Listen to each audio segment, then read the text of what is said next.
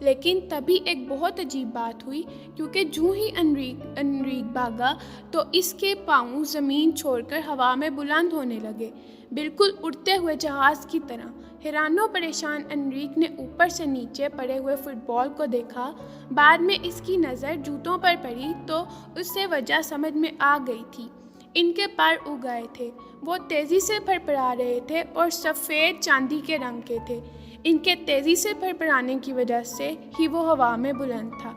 انریک کو خوف محسوس ہوا۔ انریک نے ہاتھ پھیلائے تو وہ ڈگمگا گیا اور قریب تھا کہ اس کے بال کسی درخت سے ٹکرا جاتا، لیکن جوتے گویا جانتے تھے کہ انہیں کیا کرنا ہے۔ وہ اسے اڑا کر شاخوں سے بھی اونچا لے گئے۔ انریک چلا کر بولا، میں قطعی اڑنا نہیں چاہتا۔ لگتا تھا کہ جوتے اس کی بات سن رہے تھے۔ وہ ہوا میں اسے تیراتے ہوئے نیچے فٹ بال کے قریب زمین پر لے آئے۔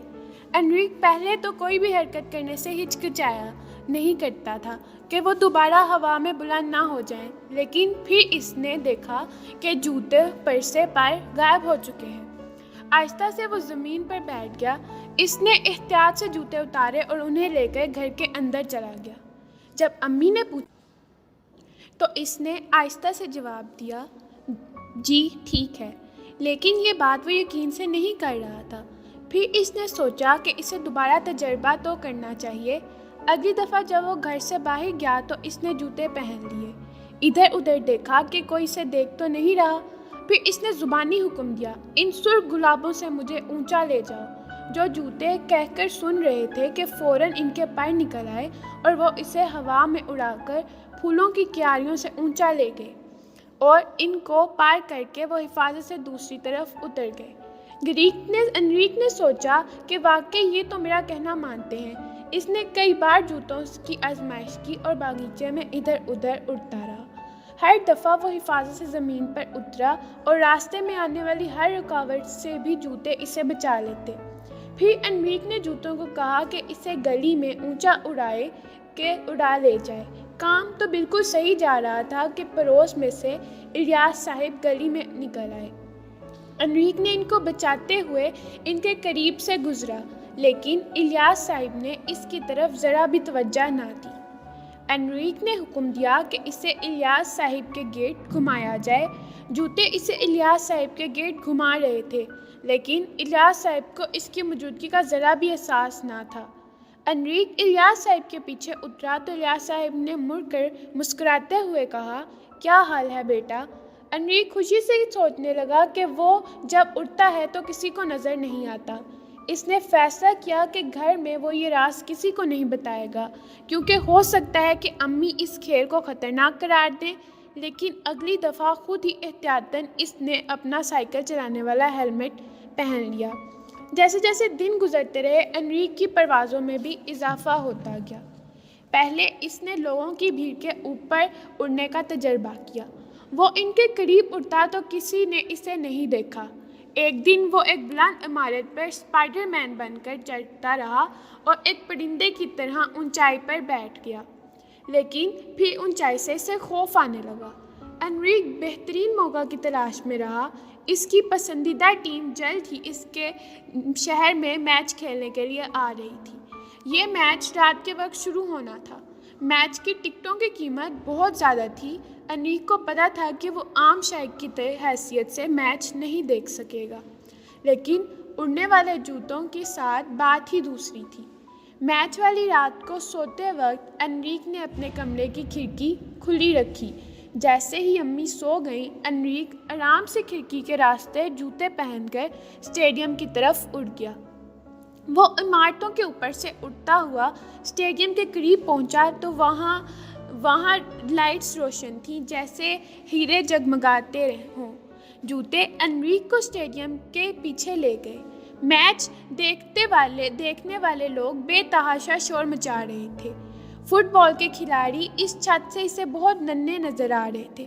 انریک نے سوچا کہ وہ کھلاڑیوں کے پاس نیچے جا سکتا ہے۔ اس خیال سے اس کا دل زور سے دھڑکنے لگا۔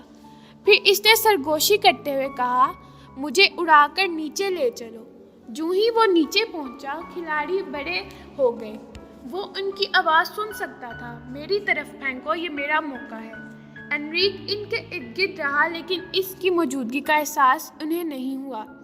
اس رات اسٹیڈیم میں ہزاروں لوگ تھے اور کوئی نہیں جانتا تھا کہ انریک میدان میں موجود ہے۔ جوتے انریک کو ایک ٹیم کے گول کے پاس لے گئے۔ کھلاڑی پیچھے ہٹ رہے تھے کیونکہ مخالف ٹیم کے کھلاڑی آگے بڑھ رہے تھے۔ انریک اب بالکل کھیل میں موجود تھا۔ پھر ریفری نے سیٹی بجا کر ایک فری کک کا اعلان کیا۔ یہ وہ وقت تھا کہ جب ایک چبھتا ہوا خیال انریک کے ذہن میں آیا، کیا یہ فری کک اسے لگانی چاہیے؟ انریک کک لگانے والے کھلاڑی کے پیچھے پہنچا۔ وہ کک لگانے کے لیے تیار تھا۔ اس نے جوتوں سے سرگوشی میں کہا، مجھے یہ گول کرنے دو۔ کھلاڑی فٹ بال کی طرف بڑھا لیکن انریک اس سے بھی تیز بھاگ رہا تھا۔ جیسے ہی کھلاڑی کی ٹانگ ہوا میں لہرائی، اس کھلاڑی سے ذرا پہلے فٹ بال کو کک لگا کر گول میں پھینک دیا۔ گول گول گول!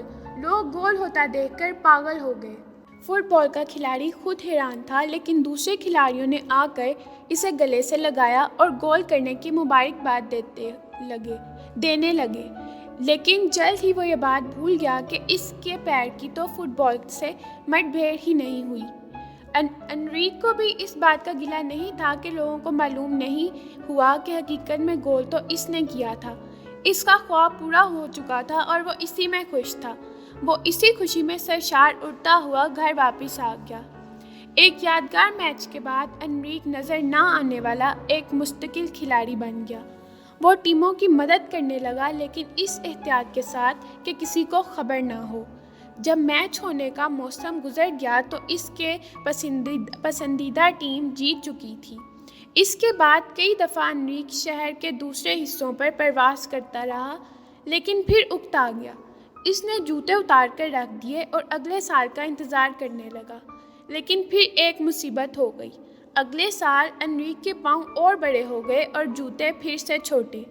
اس نے دیکھا کہ انریک کو جوتے پورے نہیں ہیں، آڑے، اور انہوں نے وہ جملہ کہا جو انریک سننا نہیں چاہتا تھا، یہ جوتے تمہیں اب چھوٹے ہو گئے ہیں، انہیں اپنے چھوٹے بھائی ماس کو دے دو۔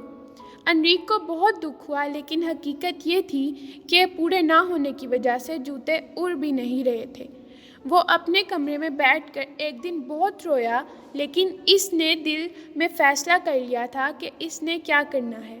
انریک نے جوتے لیے اور اپنے چھوٹے بھائی کے کمرے میں چلا گیا اور جوتوں کا راز بتا دیا۔ اس نے ماس کو جوتوں کے ساتھ اڑنے کی مشق بھی کروائی۔ پھر جب وہ گھر بیٹھا ٹیلی ویژن پر میچ دیکھ رہا تھا تو اسے معلوم ہوا کہ اس کا چھوٹا بھائی اس وقت کہاں ہوگا۔ انریک دوبارہ جوتوں کی دکان پر گیا لیکن وہ بند ہو چکی تھی۔ اسے لگا کہ دوبارہ وہ حسین پیلس کی زندگی میں نہیں آئیں گے، لیکن یہ اس کا خام خیالی تھی۔ ایک صبح اس کے گھر ڈاک میں ایک پارسل آیا جس پر لکھا تھا، مبارک ہو انریک، تم نے اچھا بچہ بننے کا مقابلہ جیت لیا۔ امی اور انریک دونوں حیران تھے کہ انریک نے کب کسی مقابلہ میں حصہ لیا تھا، اور انعام میں اس کے لیے ایسے جوتے تھے جو بین الاقوامی کھلاڑی میچوں میں پہنتے تھے۔ انریک کے ذہن میں پل بھر کو خیال آیا، کیسا ہوا اگر یہ بھی اڑنے والے جوتے ہوں؟ کیا وہ ساری دنیا میں میچ دیکھنے اڑ کر جا سکتا ہے؟ اور واقعی ایسا ہوا۔ اس کے نئے جوتے پلک جھپکنے میں اسے سمندروں اور پہاڑوں کے اوپر سے اڑا کر لے جانے لگے۔ پھر وہ ورلڈ کپ آ گیا۔ اس دفعہ ورلڈ کپ میں چند حیرت انگیز چیزیں ہوئیں۔ غیر یقینی گول ہونے اور بہت مشکل گول بچانے لگے۔ جب جیتی ہوئی ٹیم ورلڈ کپ اٹھانے لگی تو اچانک وہ ٹرافی کھلاڑیوں کے ہاتھوں سے پھسل گئی، لیکن کسی انجانے ہاتھ نے ٹرافی کو تھام کر گرنے سے بچا لیا۔ کسی کو معلوم نہ ہوا کہ کیا ہوا ہے ماں سوا ایک بوڑھے اور ٹھگنے شخص کے جو ایک ٹیڑھی میڑھی دکان میں بیٹھا ہوا تھا، جسے تھوڑا جادو آتا تھا اور وہ اسے بچوں کا انعام دینے کے لیے استعمال کرتا تھا، جو دوسرے بچوں کا خیال بھی کرتے تھے اور اپنی چیزیں دوسروں سے بانٹتا تھا۔ وہ بڑبڑایا، اچھا بچہ وہ ورلڈ کپ کو گرنے سے بچتے ہوئے ٹیلی ویژن پر دیکھ رہا تھا۔ ایسا لگتا تھا کہ وہ واحد شخص تھا جو ایسی چیزیں بھی دیکھ رہا تھا جو اوروں کو نظر نہیں آتی تھیں۔